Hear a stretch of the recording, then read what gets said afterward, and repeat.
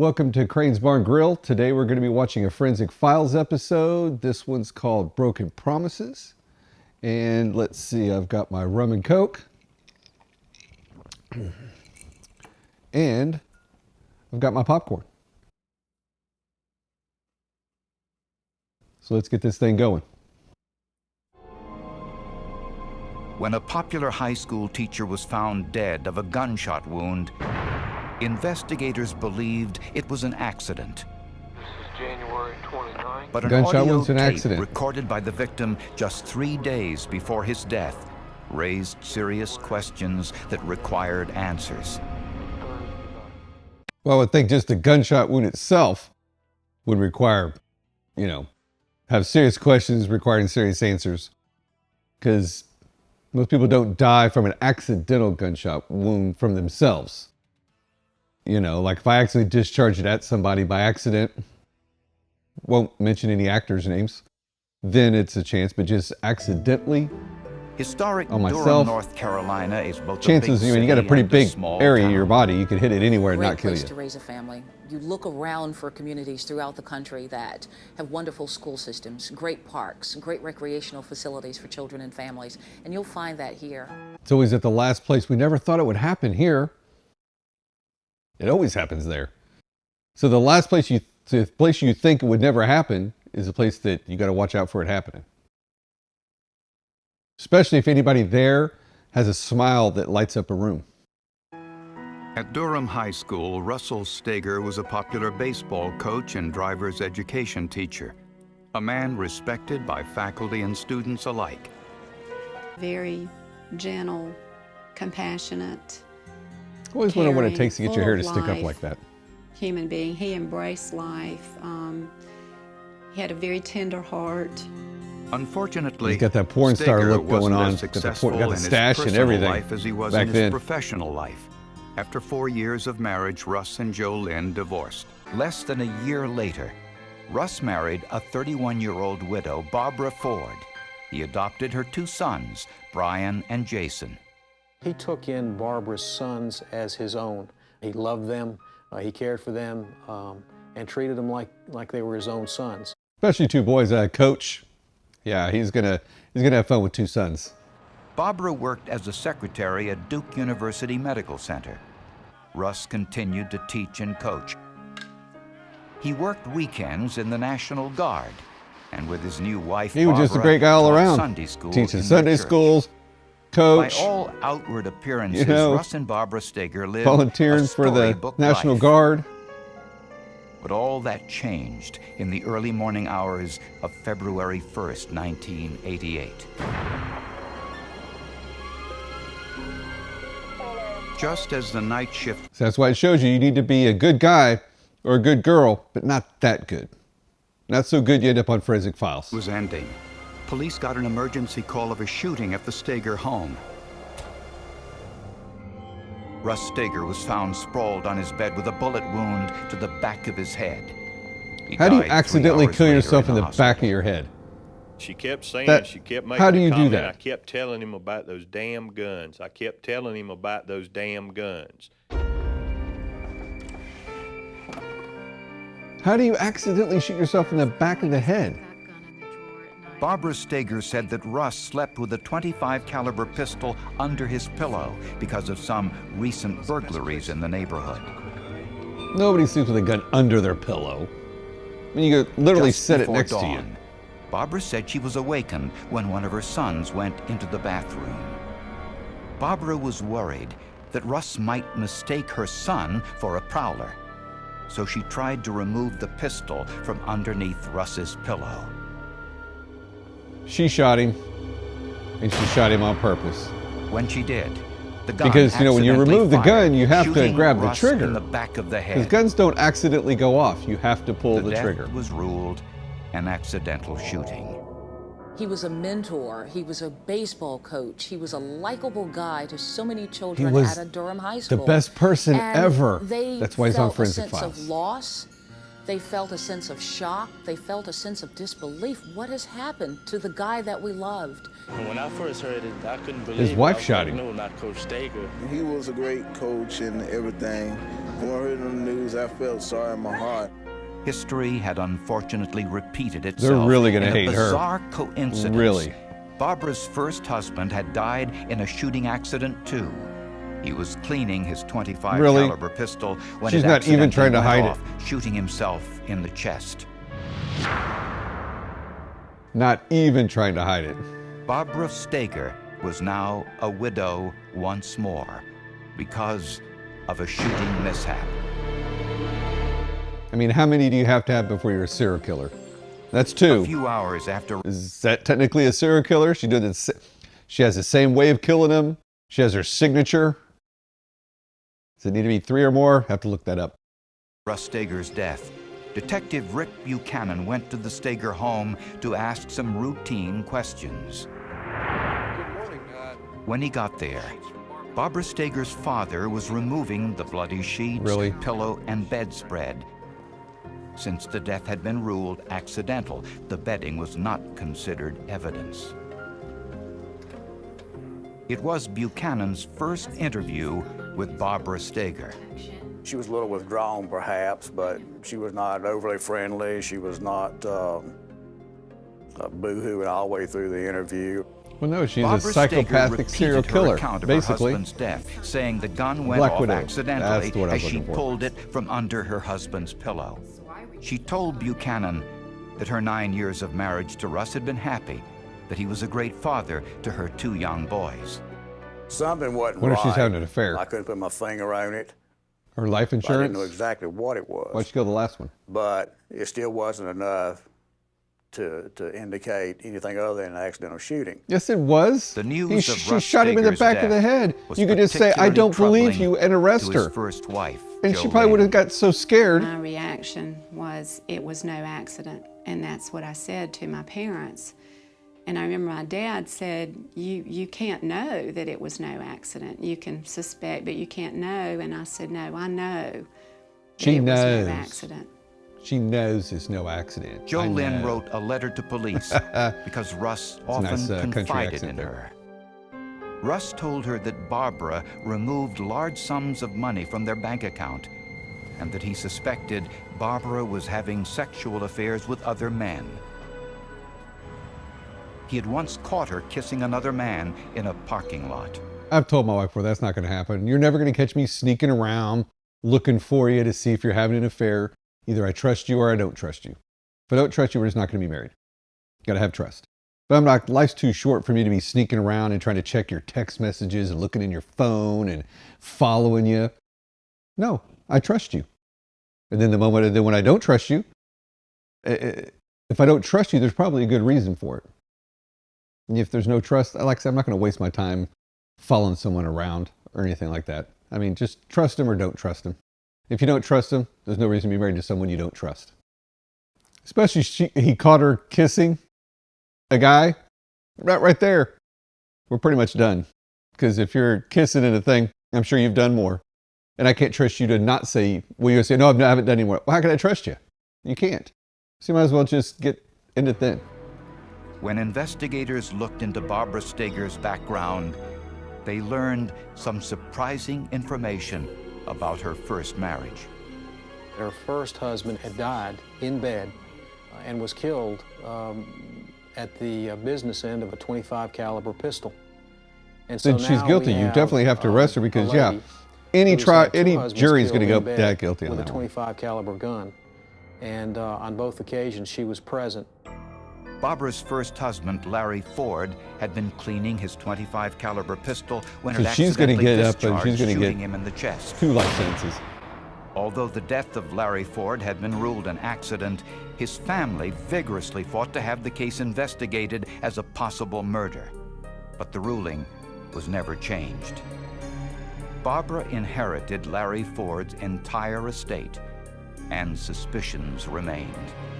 A whole Investigators 26,000? now had I guess back then it another was, suspicious that's quite a bit of death, money back and then. more I mean, not questions quite a bit, about but the same way woman. more than now. I desperately wanted to know that truth. I wanted a full-blown investigation. If it was accidental, I wanted that to be known. I wanted that But to be if known. it was not accidental, as I so suspected, I wanted that to come out too. 90% of what we do is common sense, and then we apply the other 10% to law. And if it looks like a duck, walks like a duck, quacks like a duck, by God, it's going to be a duck. Love that police work there. That Barbara Steger was not unlucky at all, but was in fact a serial killer. Yeah, serial killer, definitely. The death of Barbara Steger's first husband, Larry Ford, by an accidental self-inflicted gunshot wound to the chest had officially been declared an They always say he was accident. cleaning his gun. You don't clean your gun where you can shoot yourself. You take it apart and then you clean it. And you don't take it apart by pointing it at your chest. You know, you point it that way or that way. You're taking it apart. And after 10 years, the case had long been forgotten. But shortly before his death, it had clearly been on the mind of Russ Steger, Barbara's second husband. Russ Steger told his ex-wife Jolynn that he feared for his own life. He also knew I'm that not her going first to husband have a had gun died anywhere near her if under I'm thinking somewhat something's mysterious wrong after circumstances. her And first so husband died when he put all from of a that together, gunshot I think wound. He was a little concerned for his safety, but mostly he felt paranoid. According to Barbara Steger, the gun under her husband's pillow had gone off accidentally as she tried to remove it. Barbara said the gun had a hair trigger, and that she had barely touched it before it went off. Firearms expert Eugene Bishop performed what's known as a trigger pull test on the gun. Weights are attached to the trigger in 1 pound increments to measure the force required to pull the trigger. The gun had a 4 pound trigger pull, which is no hair trigger. Yeah, that's like a normal. Deliberate force would be required to fire the gun, a contradiction of Barbara Steger's story. In the autopsy, medical investigators discovered another discrepancy. It just happened to hit him right in the middle of the back of the head. Was not consistent with Barbara Steger's account. The bullet it's going struck to be more Russ up. Steger's head in a downward angle. Yeah, so Barbara she'd already lifted it up claimed and was still that pointing the it at gun him fired if it was an as she accident. pulled it from under the pillow, which would have sent the bullet in an upward trajectory. The angle of the trajectory would indicate that she was above and behind Russ when the shot was fired. Eugene Bishop test-fired the pistol and found that it ejected shell casings to the right and rear of the shooter, which meant, if Barbara's version was correct, the shell casing should have been found somewhere in the middle of the bed. As far as the story concerned, was not what she was saying in her story did not coincide with my findings. Looking at the crime scene pictures of the cartridge case itself, where it was laying on the bed, it could not have been fired as she said it was fired. Yeah. When Yeah, any because if it did firearm it this way, is it might discharged, have hit him and dust, bounced. oil, and But this way, it's gunpowder going to are fly over expelled this way. from the barrel. If Barbara's version was correct, powder burns would have been present on the sheets. The sheets had been removed by Barbara's father immediately after the shooting and had been laundered. But powder residue can be identified, even after fabrics have been washed. It would be like, be all When over the sheets were examined, on the sheets. Scientists found no evidence. But you let her remove the sheets because you thought it was an accident. Of course, when it's a woman, but if it's a guy, he'd have been arrested and whatever because the husband did it. But since it's a woman, of gunpowder residue. With all of these contradictions, Detective Rick Buchanan asked Barbara Steger to demonstrate on videotape what happened on the morning of the accident. Oh, I'm standing face to face with a killer. I know it, but she don't know I know it. With the detective playing the part of Russ Steger, Barbara Steger recreates there's no way a wife her that actually version shot her of the husband story. would be able to recreate that. She wouldn't, she would break down. She wouldn't even do it. I don't know. There's no way. And almost immediately, She'd have been too emotionally distraught she to do that, no matter how much realizes time it was there later, are if she really loved her husband. inconsistencies. Well, wait a minute. That wasn't quite on. Okay. And then I start getting up. Okay. That's how it was. I start getting up. Well, that's why with even it if you're a like wife, that. you But should I be there don't know how I recreating had it in my hand. because you'd have a lawyer. Okay. Always lawyer. She's repositioning You the can't talk to the body cops in that in situation the bed where they're because trying to they're there. make it fit They're her there story. to arrest you. And she can't do it. She's a lying ass bitch. And that was probably vocalized. Whoa! As I watched Did the you video. hear? You don't hear that on Replayed it, Forensic Files very replayed it, often. replayed it. There was no Wow. doubt at all that she intentionally He doesn't like her. shot and killed that statement. No doubt Dang. whatsoever. Police also doubted that Russ Steger, a member of the United States National Guard with weapons training, would have placed a loaded pistol under his pillow with the safety turned off and cocked. He's not going to place it under his already in the pillow, chamber. especially with the safety off. This, along with Barbara Steger's I video mean, especially when it just takes a flick of the finger to take the safety off. So why leave it off? tape recreation, was enough to convince investigators that Russ Steger's death was no accident. But investigators were not prepared for the next clue in the case. A message from the victim himself. This is Russ Steger. This is January 29, 1988, 10 minutes of 2. Oh, is he going to say something about he thinks that, listen to this tape if I end up dead because she killed me? Evidence was mounting that Russ Steger's death was that not won't be the good for her. accident claimed by his wife Barbara. But if she had killed him in cold blood, as police suspected, they needed to find the motive. For that, they looked into the couple's financial records. Though the Stegers had a modest income, Russ was a school teacher, Barbara a secretary. Barbara was known for spending extravagantly, and the couple was deeply in debt. We learned that Barbara had become involved in some debt. And this apparently was without Russ's knowledge. It appeared to be credit card debt, among other things. So instead of getting a better job or a second Steger's job, bank transactions were sent to let's kill your forensic husband. documents examiner Durwood Matheny. Goodness. He compared Russ Steger's known signatures to signatures found on that second bank loan, as well You know, as if you his get a will, second job, which had you been probably don't go to jail revised for it. only months before his death.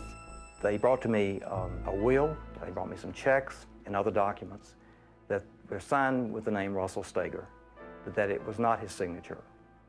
On the will, I determined that it was a simulation of his signature, in other words, someone trying to make it look like his signature. If Russ Steger hadn't signed these documents, who did? There was actually forged checks where Russ Steger's account was being drawn upon and the money was being deposited in Barbara Steger's account. So all of the financial evidence tended to show that Barbara was in debt and Russ did not know about it. The beneficiary of the forged life insurance policy. And that we thought was weird $170,000. because they have two separate checks. And I know a lot of people do that, but I find it weird. Me and my wife for 30 years, we've always had the same one, so I would know if she's spending and she would know if I'm spending anything because we have it's all one account. You know, I mean, we've got a couple accounts, but we're on we're on both of them. You know what I mean? So we would know. We'd just be able to open up, like now, especially now, open up the app and check. Where back then, you could go to the bank and check or check your, what you have there. The only way to do that would have your own separate one, and then that would be very suspicious if they always had a joint account and you didn't know, and then you found out she had her own separate one, or you found out he had his own separate one. But we've always just had the same one. So if I was doing something shady and Dick, she would know, So there wouldn't be any way to get away with it then without already explaining where did that money go. $1,000 was none other than his wife, Barbara Steger. You got to do something like that. You got to plan way ahead, and you got to give it years before you kill him, so it doesn't look like you just signed it and did it. It was years ago. One of Russ Steger's students was cleaning a gym locker when he came upon a cassette tape. The voice on the tape was one he recognized immediately. This is Russ Steger. This is January 29, 1988, 10 minutes of 2. She stood there to see The tape was recorded just 3 days before Russ Steger's death. On the tape, he confided his belief that his wife, Barbara, was planning to kill him. Wow. 3 days before he dies. That's going to look, that looks really bad for her. Compared to all the other stuff that they've already caught her on. But if I was so afraid of my wife that I'm recording something that she may kill me, I wouldn't be there. And I wouldn't have any guns anywhere in the house loaded or anywhere in the house, period. And I would have already been gone. If I'm thinking my wife might kill me, I'm gone. I'm gone. The last few nights, Barbara has woke me up and gave me what she said was 2 aspirin. She stood there to see if I took it. I did not take it. Yeah, he's like, I ain't taking that. Went on to question the allegedly accidental death of Barbara's first husband. If I think my wife's trying to poison me, why am I even sleeping in the same bed with her? I'm leaving. I'm gone. I don't know what happened, but according to his He was someone I think maybe killing me. Play going That maybe wants to kill me. He supposedly accidentally shot himself in their bedroom. My question is, did her husband, Larry Ford, accidentally shoot himself? Sometimes I wonder. Investigators now had both evidence and motive. Prosecutors believe that Barbara Steger had been planning her husband's death for weeks. First with poison, and when that was unsuccessful, with a gun. The angle of the bullet, the placement of the shell casing, the lack of powder burns, the forged will, and life insurance policy, and, most damning of all, Russ Steger predicting his own murder on audio tape made a compelling case to jurors. Without the forensics of this case, there would have been nothing but theory and speculation. And you can't prosecute theory and speculation. Oh, you can. I've seen him try to do it before. You've got to have physical evidence. That's where the forensics came in. Barbara Steger was found guilty of first-degree murder and was sentenced to death. Her sentence was later reduced to life in prison after an appeal.